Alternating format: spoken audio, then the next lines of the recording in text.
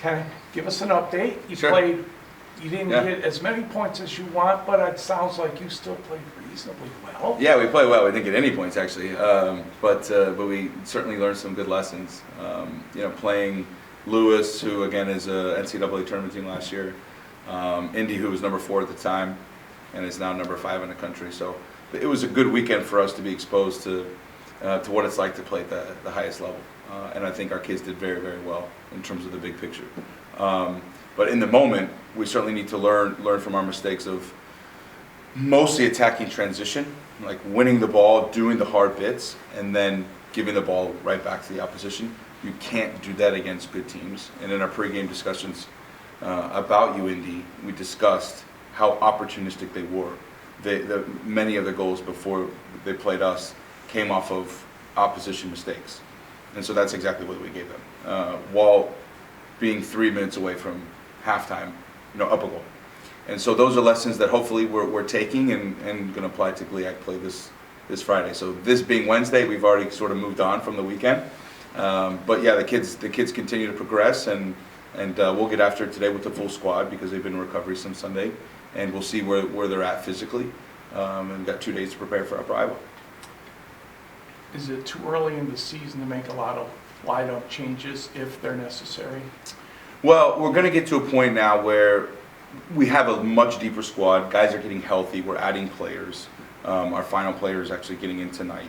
And so now hopefully we're in a position where we can rotate more and keep guys fresh. And so we're hoping that we can go 16, 17, 18 deep on a weekend or a game versus 15, 16 players. So that's what we're hoping for when it comes to how deep we are. But, there's certain guys that have some quality in certain areas.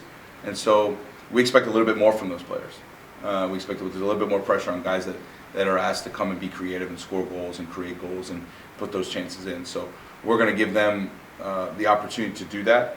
But at the same time, everybody that's on the pitch for us, no matter what, needs to do a better job of defending as a team, and then certainly when we win the ball, doing a good job defending, keeping it and moving the ball forward. I mean, that's sort of our style of play in the sense that we want to go forward faster, and so we also need to understand that sometimes it's not on to go forward, and we need to just possess and recirculate the ball, which we have the ability to do so, which I think a lot of teams don't. And so we do have the ability to do it.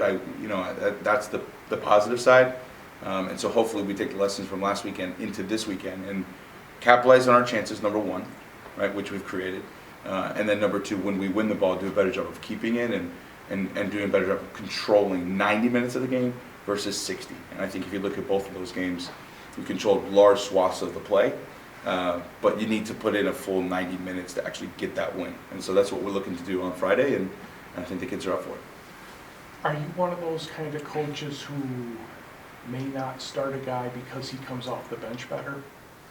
There are certain players that have that ability, but we don't look at it that way. We look more at how does it fit into our system and where guys are from a mental standpoint, where are they from a mentality standpoint, and so there's a lot of different variables that go into starting players, but there are guys that I think are giving a spark to us off the bench that may not start, and that may not be because they don't have the quality or their ability. It's just sometimes it's a factor of the system or how we want to play or what the opponent is presenting us. And so we'll make those game in and game out adjustments based on what we see and where guys are fitness-wise. Because some games are more intense on certain positions than others.